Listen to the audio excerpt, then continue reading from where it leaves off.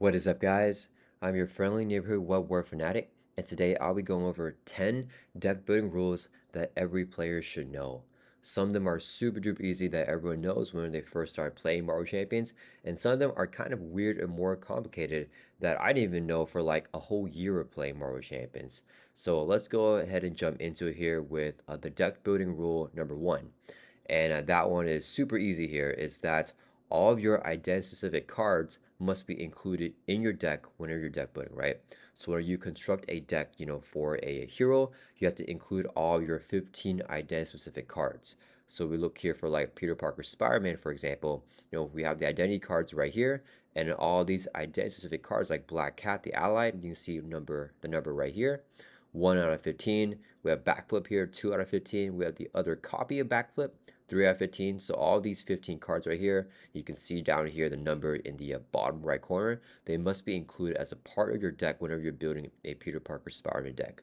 So no matter the other cards that you put in the deck, you have to have these 15 identity specific cards right here. They're also sometimes referred to as the hero cards. These must be a part of your deck whenever you are constructing a deck, for a specific hero. Okay, let's jump over to the deck building rule number two that every single player should know, and that is the limit here for decks. So a player's deck must consist of a minimum of 40 cards and a maximum of 50 cards. This includes your identity specific cards. So if we're talking about like Peter Parker Spider-Man here, Black Cat, Backflip, all these cards are a part of the 40 card minimum or the 50 card maximum.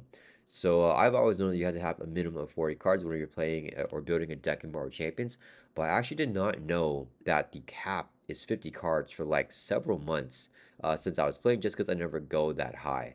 I always assumed that you could just have more, but no, it is capped here with 50 cards. So if you have your, 15 identity specific cards, then you usually add in 25 more, other cards like basic cards and aspect cards to create the 40 card minimum, or you can add in a 35 cards to have the max of 50, or you can have any number in between as well. So yeah, it's completely fine as long as you're in between these two numbers, but you have to remember that the identity specific cards are a part of that. Let's hop over to deck building rule number three that every player should know, and that's just going to be the next line right here. It says the identity card, any cards with the permanent keyword, are not counted as a part of this number of that 40 to 50 card deck size limit, right?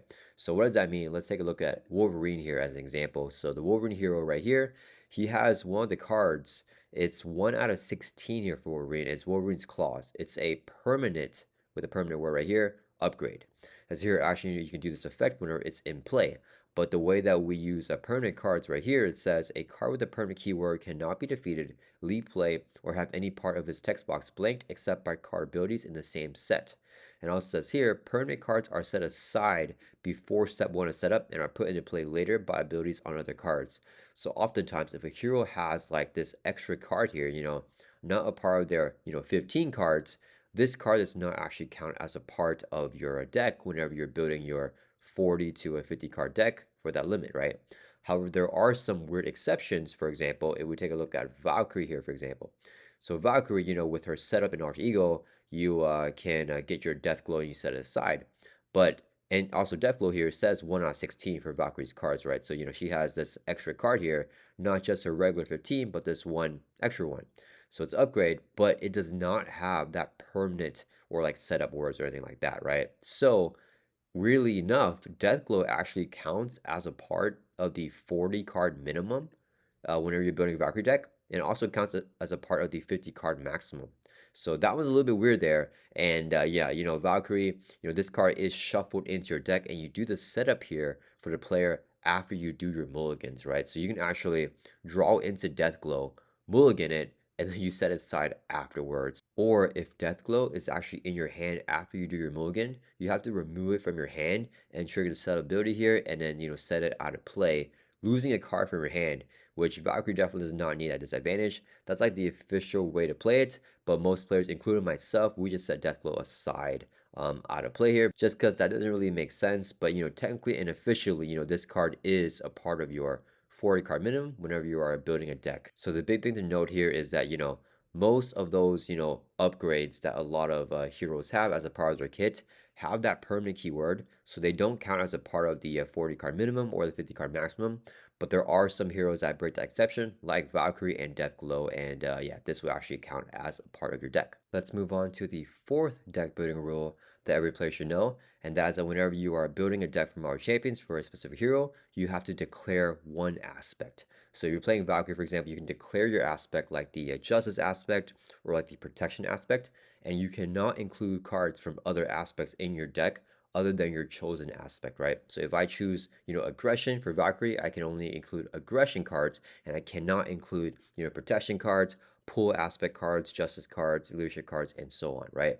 But there are some weird exceptions, like Cable here, for example. So if you're playing as Nathan Summers, you still have to declare a specific aspect, right? So let's say I'm playing Cable and I declare aggression as my chosen aspect.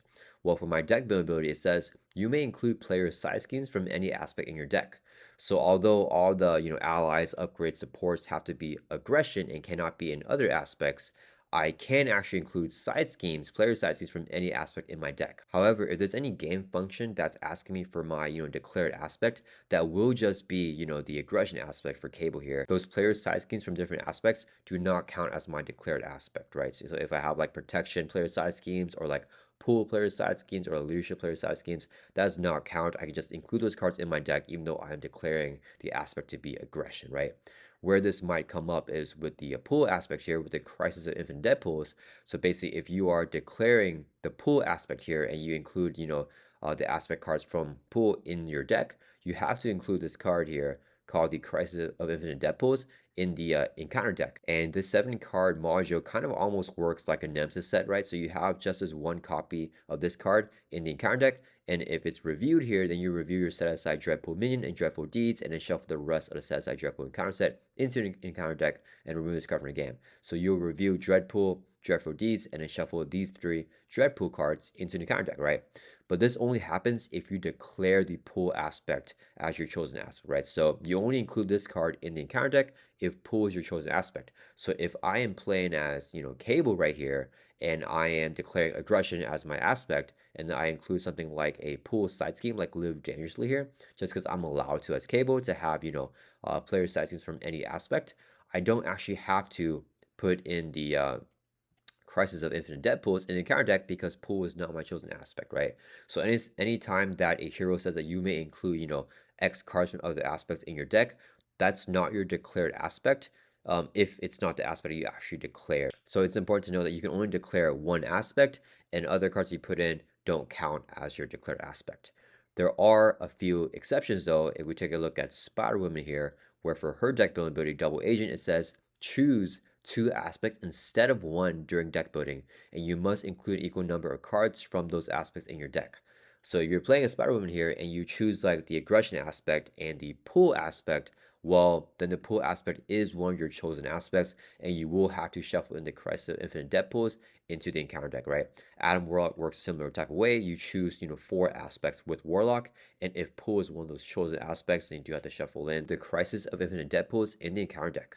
For deck building rule number 5, that's just clarifying that you are allowed to include basic cards in any deck that you choose, right? So whether your chosen aspect for Cable is like aggression, leadership, justice, you're always allowed to include basic cards no matter what aspect that you choose, right? So you can include like this basic Deadpool ally, this Deathlock ally right here, build support, which is a basic card, player side scheme here, just because basic cards are not aspect cards. So no matter which aspect you choose, you can always include a bunch of these basic cards in your deck. You can even have a deck full of only basic cards. You can like declare leadership here and just include no leadership cards, right? Basically, declare the aspect just make sure that you are not allowed to include other aspects outside of that declared aspect in your deck. So it's totally legal to declare an aspect like leadership and then not include any leadership cards, only having basic cards in that deck. That is totally fine, but obviously having a larger card pool in your deck building is going to make your deck probably a little bit stronger, but this is legal if that's how you want to play. Deck building rule number 6 that every player should know is that no more than 3 copies of a non-unique card may be included in the deck. So when you're creating this deck of 40 to 50 cards, you cannot have any card have more than 3 copies. So we take a look at here at like Next Evolution, for example. For the Uncanny X-Men, even though this card says max 1 team card per player, you're allowed to have all 3 copies of this card whenever you're actually deck building, even though whenever you're playing it for yourself, you only play, 1 under your own control, right? You can still have 3 copies of this card. For example, another card is like the Power of the Mind or like Sidearm. You can have a max of 3 copies of these cards, in your deck. You cannot have 4 or 5. There is kind of a weird exception here for like Pietro, Quicksilver, and Wanda also has a version of this where he actually has 4 copies of Always Be Running in his deck, right? This is 2 out of 15, 3 out of 15, 4 out of 15, and 5 out of 15. So he can actually have more than 3 here, and they're non-unique cards, but he can actually have 4 of them as a part of his deck here. Even though, by title they are the exact same thing because they are his identity-specific cards. Same for Wanda, she has 4 copies of Hex Boats. That is legal. You have to include all those identity-specific cards whenever you are deck building a deck for Wanda and for a Quicksilver. Deck building rule number 7 is all about the unique icon. Basically, you cannot have 2 unique cards that are considered to match in one deck whenever you are deck building. And here's what counts as matching here in Marvel Champions. So if the 2 cards share a title and both have no subtitle and no alter ego title, for example, 2 copies of the Yarmir upgrade or the Jessica Jones ally and the Jessica Jones minion, they are considered to match. If the subtitle or alter ego title of one matches the title, subtitle, or alter ego title of the other, for example, the identity with the T'Challa alter ego, the T'Challa ally, and the Black Panther ally with the subtitle T'Challa are all considered to match. So if you have any of those T'Challas in your deck when you're deck building, you cannot have any other version of a T'Challa in your deck. Deck building rule number 8 is that your hero, your identity is actually included in this evaluation. So a player cannot include multiple matching cards in their deck, including the identity right here. So if, for example, you are playing the Black Panther T'Challa hero, you cannot include the T'Challa ally, the leadership ally in your deck, even though technically that identity card is not a part of your 40 to 50 card deck. That identity is kind of separate from that. You still cannot include another T'Challa that's unique in your deck, despite that you don't have any other T'Challa in the deck. It's just that if you're playing as that hero, you can't have that ally in your deck. Deck building rule number 9 is that if you're playing a hero with an identity-specific ally, like let's say for example you're playing the Maria Hill hero, and she has the Nick Fury identity-specific ally, in her deck, she does count as one of her, 15 cards that you have to include in every single deck that you're deck building with Maria Hill. So since this ally must be included in Maria Hill decks, you can never include the basic ally Nick Fury from the core set in a Maria Hill deck, since this Nick Fury is always in that deck. A similar example is with the T'Challa allies that we just talked about here with the unique rule. So if you're playing Shuri Black Panther, you have the T'Challa identity-specific ally, for Shuri. You can never include that leadership T'Challa ally, that Black Panther ally in your deck because they are considered to match. And finally, for deck building rule number 10, this applies to multiplayer. So we cannot include, multiple copies of the Queen carrot in one deck because of the unique rule, and only one Queen carrot can be in play at a time because of that unique rule. However, if you're playing with other players, every player can actually include a copy of Queen carrot in their deck, but whoever plays the Queen carrot first, no one else can play theirs because there can only be one Queen carrot existing at once, right? So same applies for like this Nick Fury basic ally right here. Every single deck, every single player can include this ally, in their deck. So it doesn't matter because while it's in the deck, it's not in play.